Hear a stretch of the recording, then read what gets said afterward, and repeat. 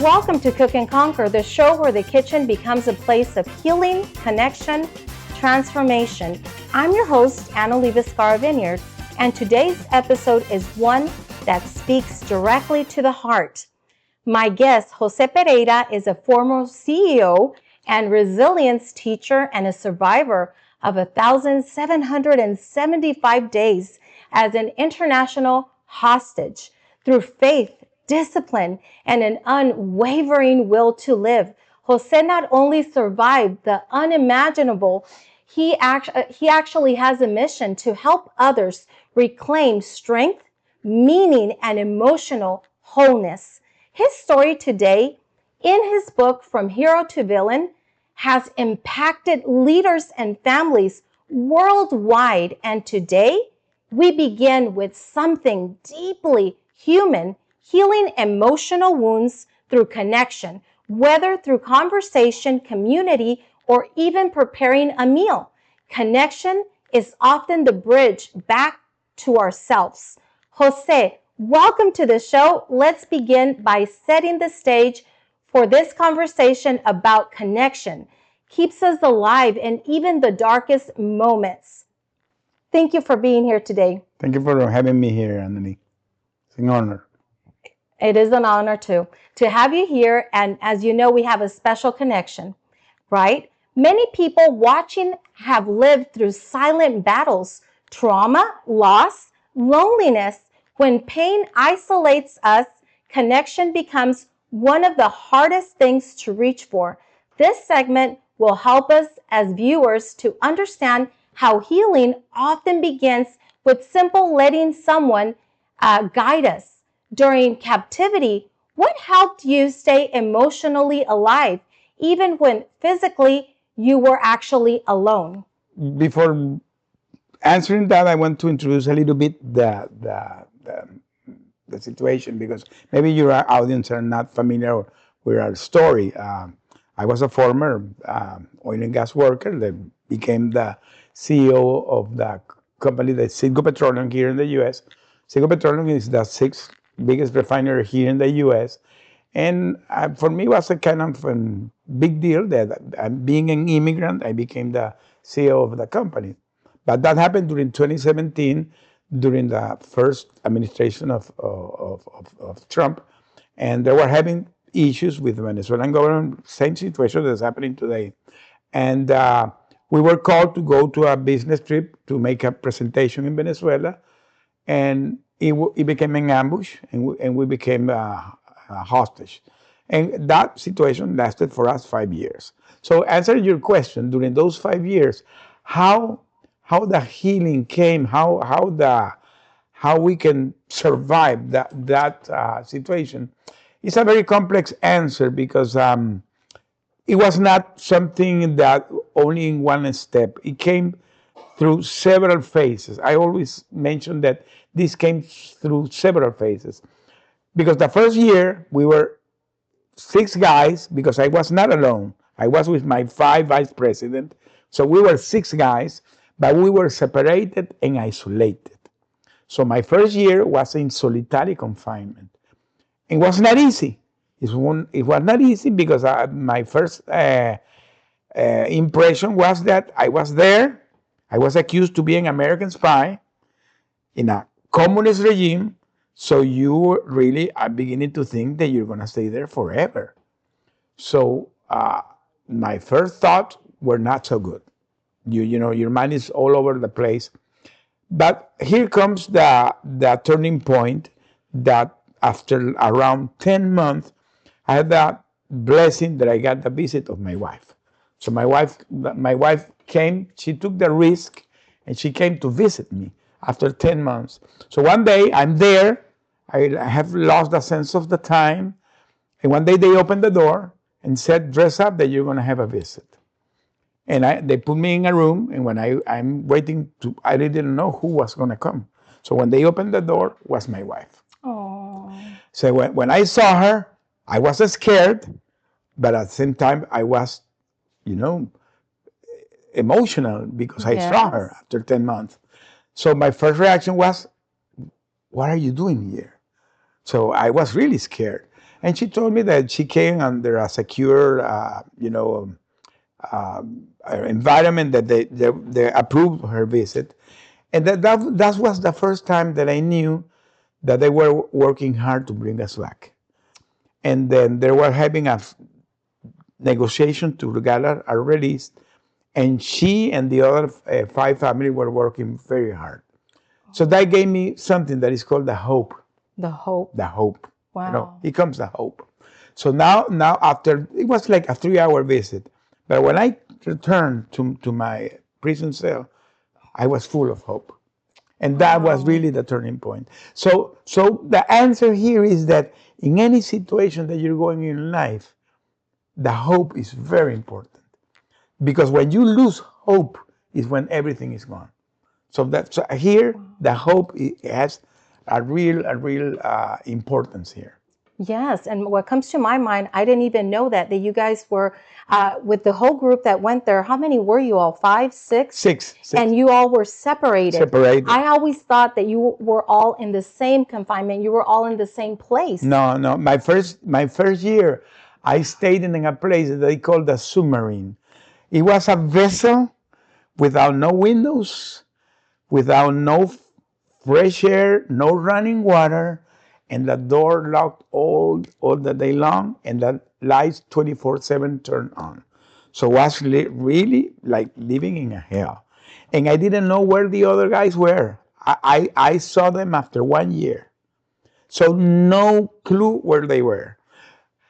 After 1 year, now I'm full of hope. In around 10 months, they opened the door, because they always did it that way. They never told you what was going on. Always was a surprise.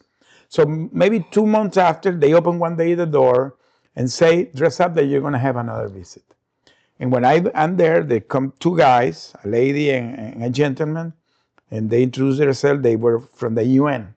So it was the arbitrary commission of the UN that flew to Venezuela to negotiate a release.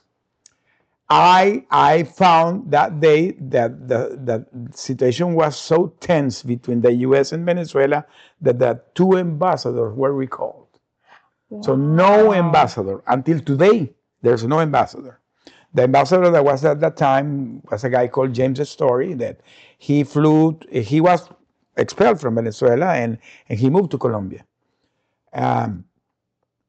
By the way, my son that is here, he was who had the contact with him. He was my liaison from Colombia. He handled all our situation. So the point is that after 1 year, they began to negotiate a release. They could not do it, but they found to put us together. So there's another turning point. When I saw these guys after 1 year, we hugged ourselves. We knew that we were alive. Wow. Everybody was in very bad condition. I already had lost 100 pounds at that time. The other guy were like skeletons.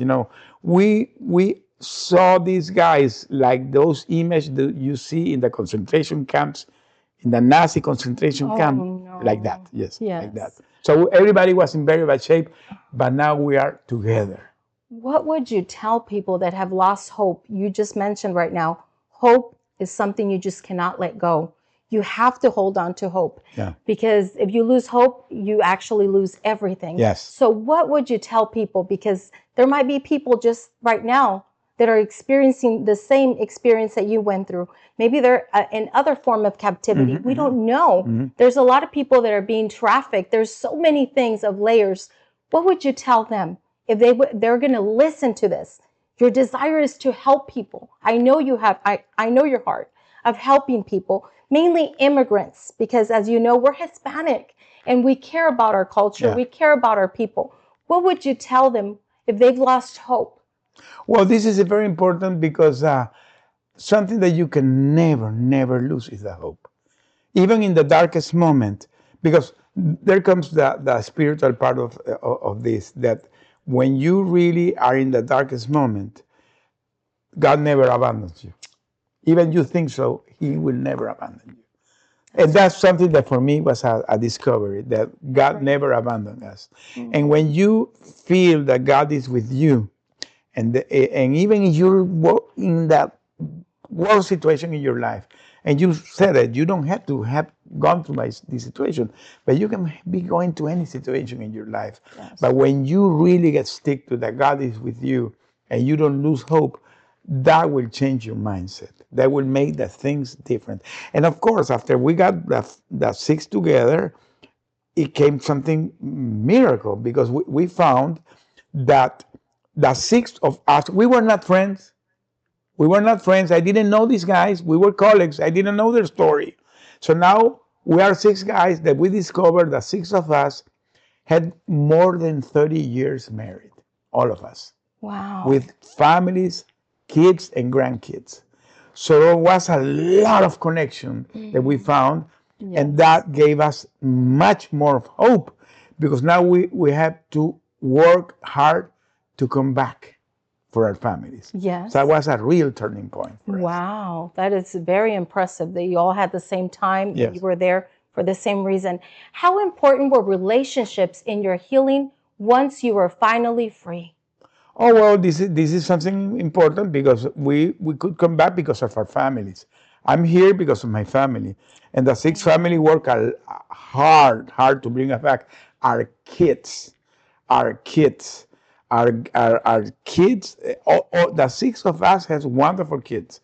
And the six family, the kids were really, really a big part of this. Please don't go away. We will be coming back with more of this very impactful story with José Pereira. Thank you.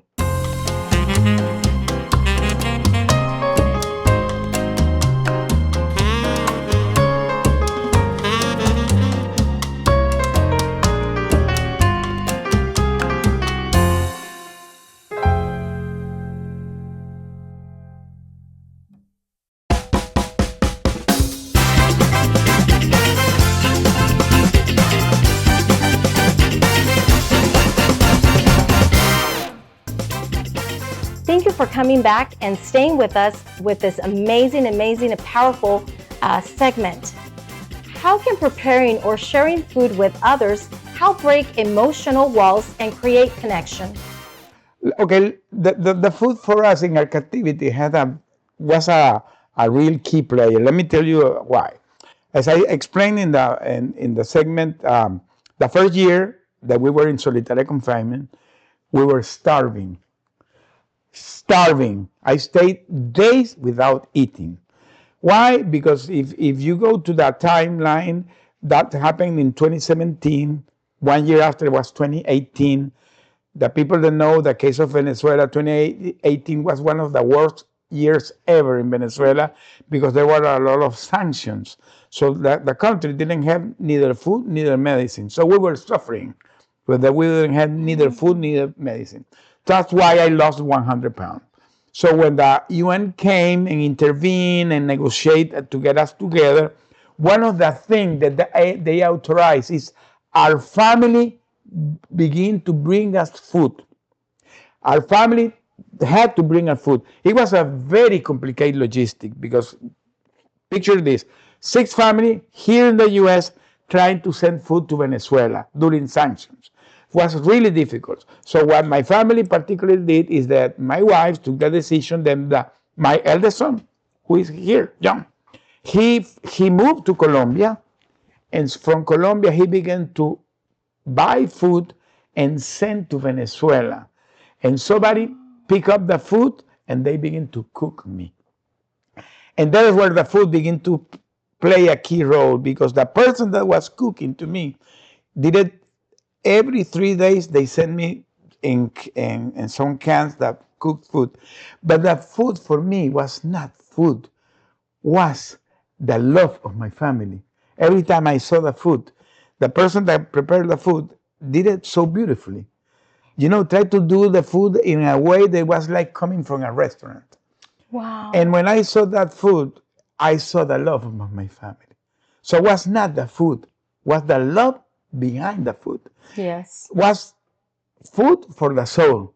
Yes. And then there came another turning point for me, because by that time I already had 1 year. I didn't have too much communication with my wife. So I took the risk. And when I was returning the trash cans to bring in new food, I began to smuggle letters inside the trash cans.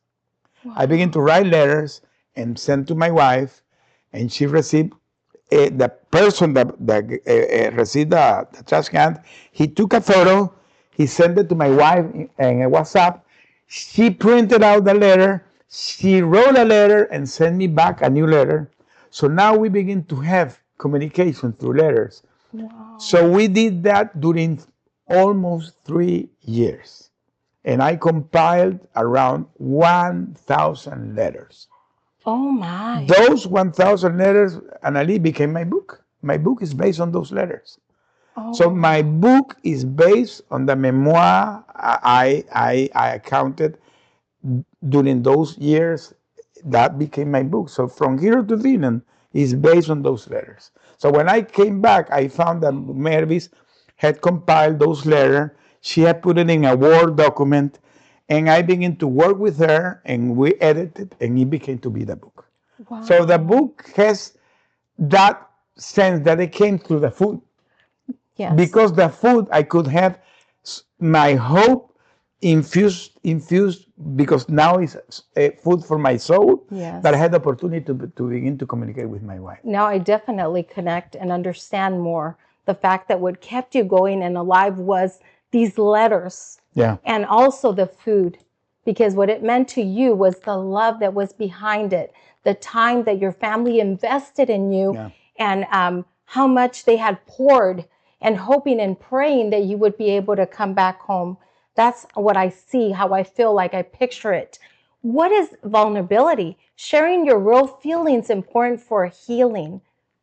Well, vulnerability is important because, and this is something that, by the way, I when I do my coaching, this part very important that the person had to be vulnerable when they're sharing their story. Yes. Because when you're in a leadership position and you really open your heart and you show your vulnerable side, no matter what you have gone in life, but you show your heart, that makes a great connection. That's where a leader connect with their team. The great leader are those that have the ability to have that great connection with their team. When you are vulnerable, when you say, I don't have all the answers, I need your help. When you have that openness is where the leaders connect. So this is something that it came from my story, but today I use in part of my teaching and my speaking that the vulnerability is something very important. The people tend to think that is showing that you're weak, and the contrary is a superpower. When you show your heart and you show that you don't have all the answers. Yes, and that you're willing to continue growing and learning. They're going to actually be able to connect with you at a very different level. Correct. And see the human side of Correct. Your heart, who you truly are. Correct. So as we know, what would you tell someone who feels completely alone in their own pain as they're passing life and they're dealing with so much pain? Well, this is important because one of the things I always tell the people that never do things alone. One of the things that we discovered that we didn't not only have the support of our family, we began to have the support of the 6 of us. Because remember, now we are 6 guys together that we found that we had a lot of things in commonality. Mm-hmm. We had a lot of good families behind us.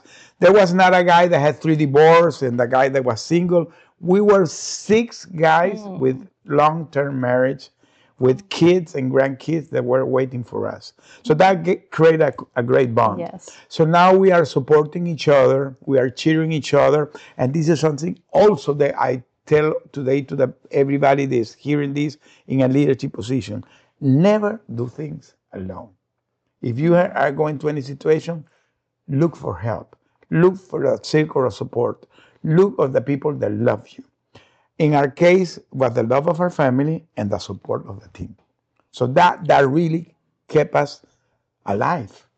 Yes, and most definitely. And I think that it meant a lot to you to know that all of you, even though you came from different backgrounds, there was a lot of similarities, and you were all willing to work together Correct. And find the way to support each other. You were in a very a very isolated situation, and you only had your team, your group of people. your families at home and that love for the food, love for the kitchen that kept you ongoing on those meals that you received. And let me tell you, for us, I remember that now we're talking about the food. The food became to be a part essential of our survival. I remember, for example, when there were coming times like Thanksgiving or Christmas, we stayed 5 years. So we went through several Thanksgiving, several Christmas, several birthdays that we missed. But our family always were trying to give us that help, that support. So, for example, I remember Thanksgiving, all the 6 family bringing us Thanksgiving food. It became a feast for us. So we really were enjoying, even we were in that dark moment, we were enjoying that our family was giving that love through the food they were supplying to us. Were you able to know when it was Thanksgiving and when it was Christmas and all those dates, even though you had lost the time? But that time, yes, because remember that first time was the first year. After we got the second year, the negotiation was already ongoing. So the situation began to change for us. By that time, we already had books. I had a small radio. I have a watch already, so I have the time. So the situation after the second year began to evolve. Now we're having those food because remember that after the intervention of the UN, they did a big pressure to change the situation because they told these guys, if you continue treating this guy this way, they're going to die. We were going to die. Oh, okay. Well, definitely it has touched me to know more about your life and your story. I would have never imagined, which I definitely have to get myself going on reading and knowing more about your story. Well, coming up next, we dive into suffering can be transformed into strength and how your hardest story might become someone else's source of hope. Please stay with us as we continue brainstorming and knowing more between isolation, journaling, or quiet reflection. Close up, it's important to know what he has gone through, but not only that, to know that even in the midst of pain and suffering, you could change the outcome of your life, right? So maybe there's a little something that we still have a little bit of time that you would like this audience to say with the segment. Well, as I mentioned, in any walk of life, in any situation in life, having the ability to stick with the hope is important. Never lose hope, no matter what situation you're going in your life. We want to talk a little bit more about that. Yes, well, we're going to be coming back and we're going to talk a little bit more about all those topics that are very important, but obviously how that joins in with the love for the kitchen as well. Please stay here.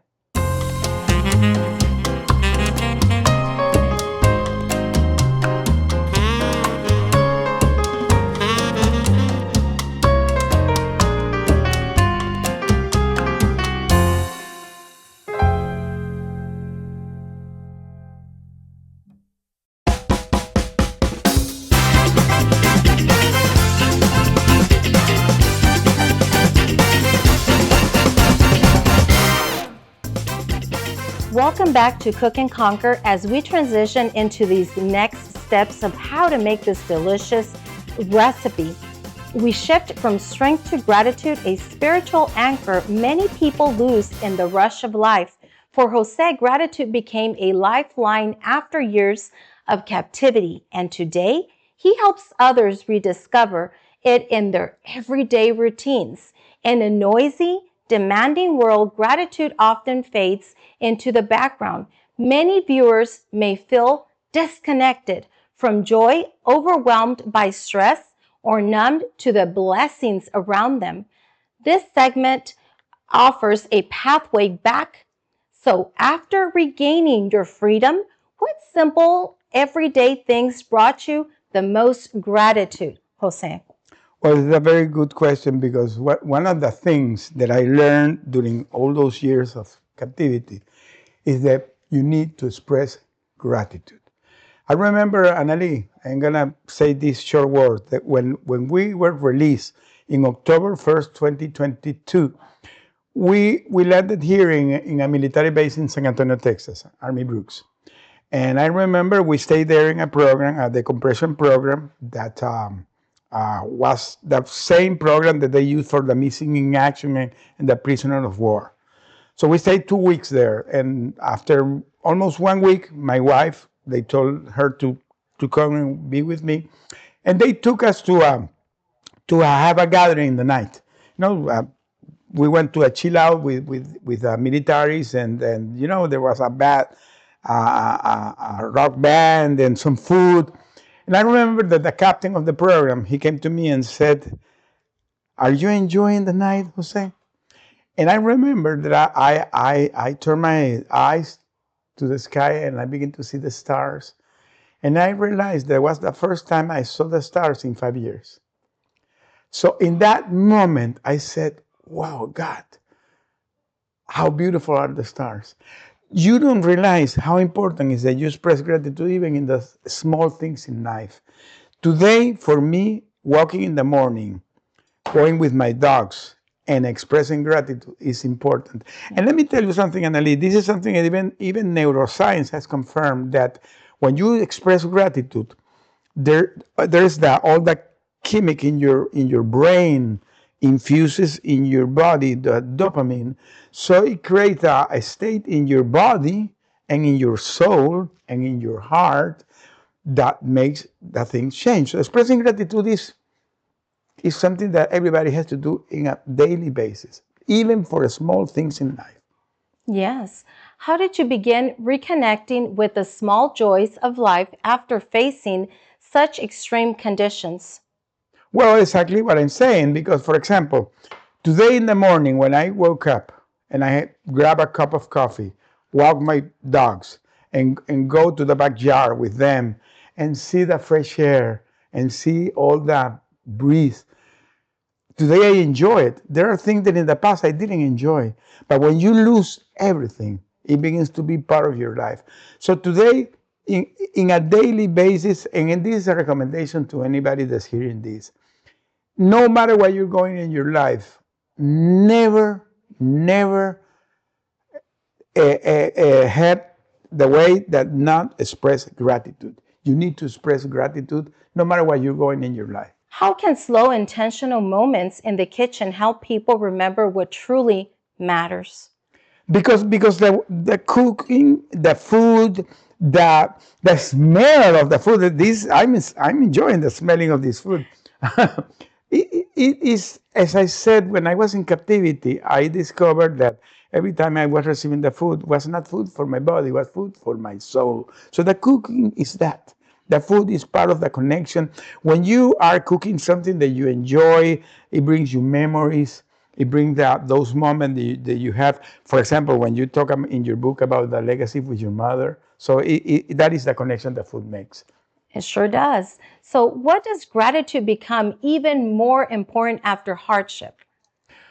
Well, when you understand that you went through any situation in life and for some reason God operated and made a miracle, and you are grateful and you express gratitude, that makes a great connection with you and with God when you express gratitude. Yes, and we should do that more often, I believe. Yes. Being from the heart, really feeling the need of saying, thank you, Lord, that you're very thankful and grateful for having a roof, for having something to eat, for being healthy, for being alive. There's so many reasons why we should be thankful and grateful every day. What daily habits help people stay thankful even during stressful times? As I mentioned, in the morning, the first thing that you have to do when you wake up is say, thanks God that I'm alive, that I'm breathing. Because today, when I'm breathing, maybe somebody didn't make it. Maybe somebody's in the hospital. So you have to be grateful that you are alive. That simple thing is important to be grateful. That's very true. I'm about to share this recipe and the ingredients we are going to be needing. And of course, I have Jose here with us, and he will be joining us as we go with each and one of the ingredients. So first of all, you're going to be needing your tortillas. And I tend to always use olive oil instead of using regular oil because it's healthier. So I normally just go and pass it through the pan and on both sides till it becomes softened, but not so loose, where I'm actually placing it back on the same plate, and make sure I take all that extra oil that we don't need for the enchiladas. So that's the first step.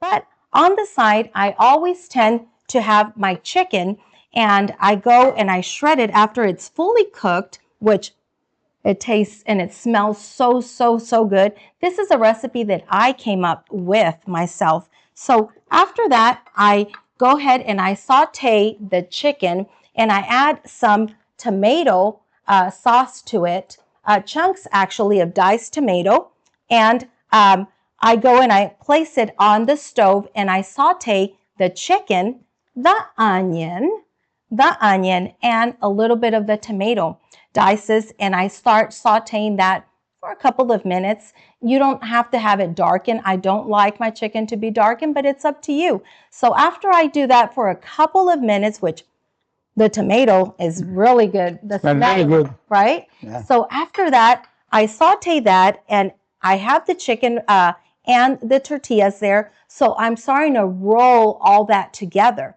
And as they're rolling, I put that on a big plate. Maybe it could be a glass plate.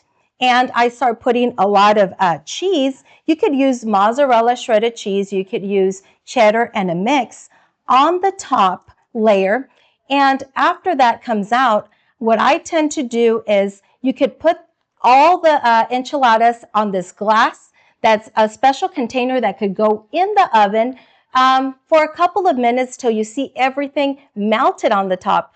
Or you could do something easier, that when you have the enchiladas, you just go and put it on one of these nice plates that's actually for the microwave, and you just go and warm your enchiladas there.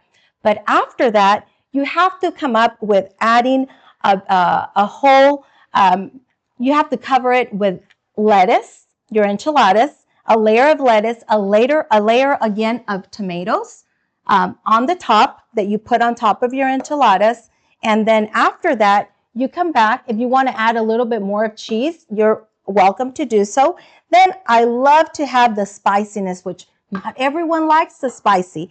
I just like it more like a decoration to put on the plate around the enchiladas. Then I actually go and start cutting slices of avocado that I also put on top of my enchiladas on a different layer on the top, you know? Mm-hmm. Then after I'm done with that, of course, I have to add some delicious sour cream. Who doesn't love the sour cream on the top of the enchiladas? And then the last part that I do is I go and, of course, I come from parents that are from Mexico, so of course we have to have the spicy, the kick to it. Not everyone likes it, but it helps with the flavors just a little bit, just to try it, to know. So you don't have to have a lot of it. So that's how I do my enchiladas, but they come out so delicious because it's not just an enchilada. It has layers on the top. Wow. So it has lettuce, it has tomatoes, it has sour cream, it has avocados, chunks of avocado,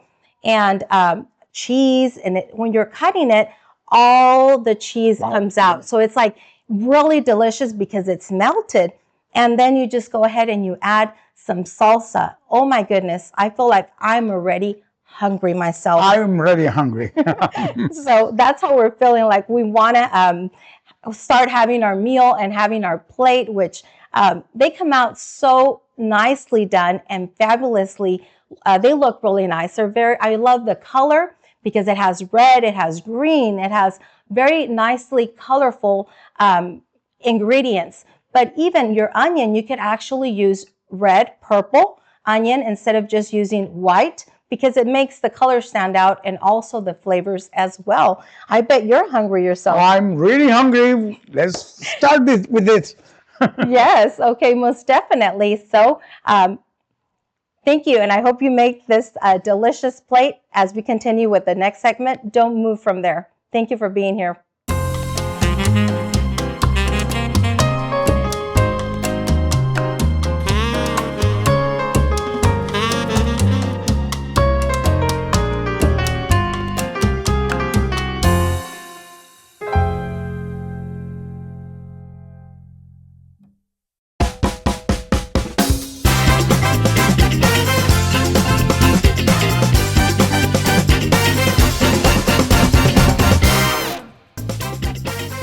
Thank you for staying here with us once again as we just had this delicious meal that I got to enjoy with José Pereira, and very happy and honored to have him here today with us.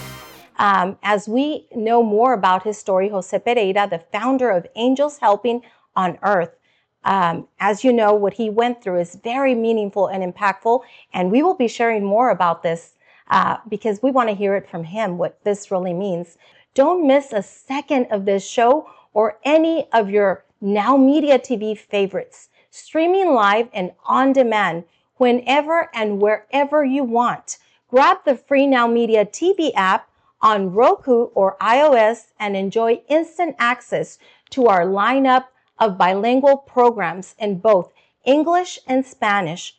Prefer podcasts? Listen to Cook and Conquer anytime on the NowMedia TV website as you go to www.nowmedia.tv. Covering business, breaking news, lifestyle, culture, and a lot more. NowMedia TV is available 24/7, so the stories you care about are always within reach.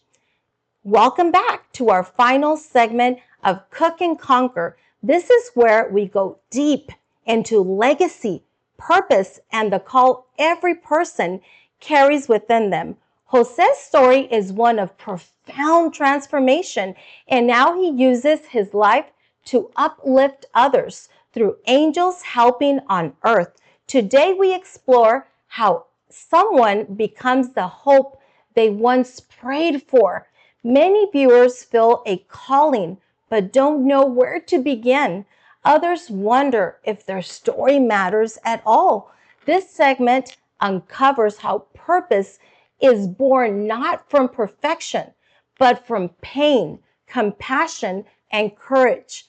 José, your foundation, Angels Helping on Earth, was born from a divine revelation during your 3rd year of captivity. Why was sharing that moment and that mission the first step in building a legacy of hope? Well, let me introduce why this came, because after all those years, one of the things that was important beside the hope for us was the faith. So we begin to every day have more faith through the prayer, the reading of the Bible, and we got that connection, and we really begin to feel that we were protected by God. So now, after we have all our daily prayers that we did in the night, I remember one day I decided to, finalizing the prayer. I went to my bed. We had a bulk bed, okay. So I was in the lower part of the bed, and I went to my bed and I was sleeping in peace, Analee. Really, I was at that moment in a peaceful moment. And in the middle of the night, I had a dream. I remember I had a dream that, I saw God coming to me, and I saw that He was like showing me the future. And I began to visit, and I saw a building where when I came, I saw part of my family there working in that area, and there have several classrooms, and I saw people in those classrooms, and I saw 2 TV studios, no one, 2, and my daughter working in one of them, and I doing interviews in another one, and I saw one of my sons, my second son, working there, his wife. I saw all the scene, and he showed me that was going to be a foundation, and the name was going to be Angels Helping in Earth. I'm José Angel. Wow. Okay, and by that time I was already written letters with my wife. So I remember I woke up and I wrote down everything I saw, and I did even like an org chart, and I sent it to my wife. When she received the letter, she thought that I was going crazy, and I said, "Why these guys?" No. When I came back, I saw that org chart, and Analee, after those 3 years that I have been here, I begin to see all the things that begin to happen. It begin to happen at that point that I now I have my show, and I saw the TV studios. And I begin to do the classes because I'm doing master classes. And so many things that I saw in that dream, I begin to see how it began to happen. Wow. So what I needed to conclude to close the cycle was creating the foundation. So that's why I decided to create Angels Helping Earth. But going more, when I got connected here with my church, that is a Hispanic church in Houston, I begin to see a lot of needs in the immigrants. And now with all these issues that are here in this country with the immigrants, I said, oh God, this is what you wanted me to do. You wanted me. So it has been like a revelation. So that's why I decided to do not only create the foundation, it's going to be my passion and my legacy for the future. I believe that final goal of what I went through, anything that happened in my life, and that process that I went, that I didn't understand what I went through, is because of the foundation. The foundation is going to be the main goal of my life. And let me tell you, the other day happened something that it kind of blew my mind, because I was preparing some brochures to begin to promote the foundation. And my grandson was around, and he saw me, folding the brochure, and he told me, "Hey, abuelo, what is that?" I said, "Oh, I showed him the brochure. This is the brochure of the foundation that your abuelo is creating." He saw that, and I began to explain him what the foundation was about. He was like a surprise. And I told him, joking with him, "Martin, this is going to be your foundation. You're going to be the president of this foundation in 30 years. And he got he saw like the compromise, and he began to cry. Oh. He began to cry, and I saw that he really took it seriously. Yes, he felt overwhelmed. He felt overwhelmed. And in that moment, I said, this is the legacy. Here is where the legacy comes. When you do something that is going to be beyond. So I see that foundation going big in the future. I don't know where it's going to be in 30 years, but I hope I be alive to see it going big in 30 years. Well, it's very revealing what you're sharing right now and where it's going and what God is going to do, and that you want to bring your family aboard and be participating in this. They're going to be part of it. And the need that there is, in our community. I'm not saying that there isn't in other cultures or communities, but I truly believe that it needs to happen. There's a lot of people, like you said, there's a lot of need in our culture, and there needs to be breakthrough. I'm working today with a pastor that I connected with him. I'm going to say here, the pastor Willie Peterson. He's a pastor in Florida. He has a group called the Kingdom Fundraiser. He's the person that has been helping me organize everything. I have 1 year we're working with him. And I got connected with his pastor. He was doing a master class online, and I came because I was with the idea to the creation of the foundation. And I saw the guy, and I sent a message to him saying, "Pastor, I want to talk with you." So we did a Zoom call. And I remember that when he told me what I wanted, he said, "Well, I'm in the midst of creating a foundation, but I want to work with you." And he told me, "Why you want to work with me?" And I said, "Because God told me to work with you." And he said, "Oh, if God told it, I have to work with you." And he has 1 year working with him. Wow. So the other day he was telling me that, he said, "Jose, I had 37 years working in this.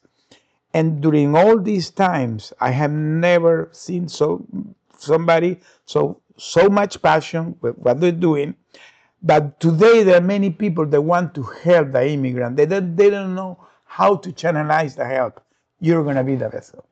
So that's what I'm feeling today, that my foundation become the vessel to channelize that help. Which it doesn't seem like it's happening, in this early on, as this new president.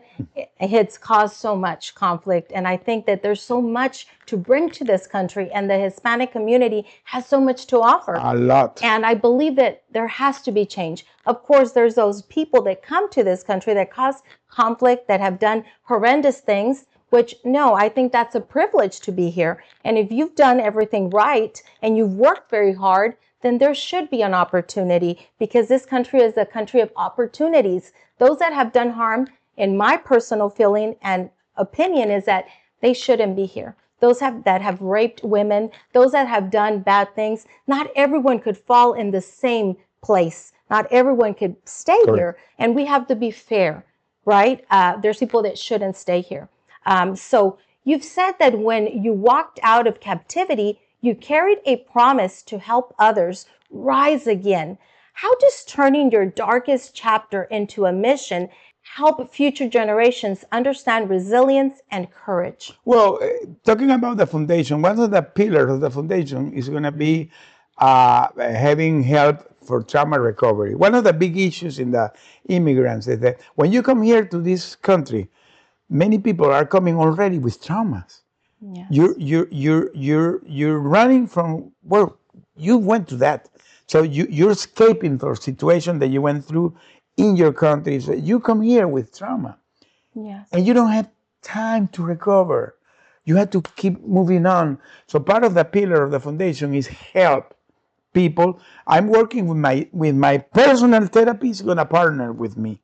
So she's going to be helping me in organizing a one-on-one sessions, therapy sessions to help people for trauma recovery. Another thing you said, that people that should not be here, but people that want to be here, courses like English as a second language. Yes. Citizenship, embracing the American culture, that the people can get involved and connected with this wonderful country. This is the type of thing that my foundation are going to take care. And of course, there are going to be another thing like logistical support, financial literacy, etc., etc.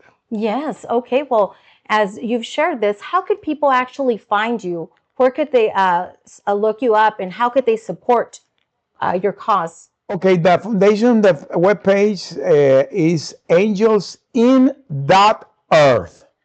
Angelsin.earth. If you go there, you will see all what I'm talking today with more detail. Appears my vision, my mission, and the way they can donate.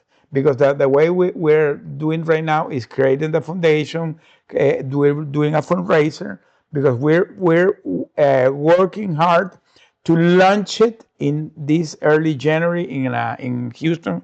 We're going to do your inauguration party. I'm going to invite you to be there, and and see this like my legacy for my life.